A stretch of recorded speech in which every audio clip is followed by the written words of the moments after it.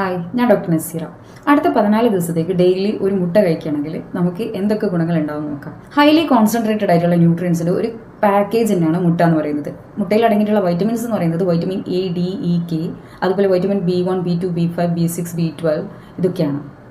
Proteins, minerals, amino acids ഇതൊക്കെ അടങ്ങിയത് കൊണ്ട് തന്നെ നമ്മുടെ മസിലിൻ്റെ ആരോഗ്യം മെച്ചപ്പെടുന്നതായിട്ട് കാണാം, മസിൽ ഡീജനറേഷൻ കുറയുന്നതായിട്ട് കാണാം, കൂടാതെ നീർക്കെട്ട് പോലുള്ള ബുദ്ധിമുട്ടുകൾ കുറയുന്നതായിട്ട് കാണാം, നമ്മുടെ സ്കിന്നിൻ്റെ ആരോഗ്യം മെച്ചപ്പെടുന്നതായിട്ട് കാണാം.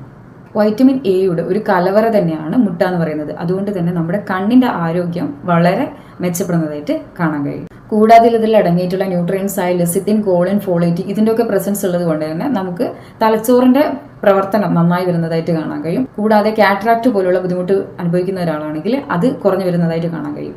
അതുപോലെ വൈറ്റമിൻ K2 അടങ്ങിയിട്ടുള്ളത് കൊണ്ട് തന്നെ ഇത് സോഫ്റ്റ് ടിഷ്യൂസിലൊക്കെയുള്ള കാൽസ്യത്തിനെ മാറ്റി അത് ബോണിലേക്ക് എത്തിക്കാൻ സഹായിക്കും.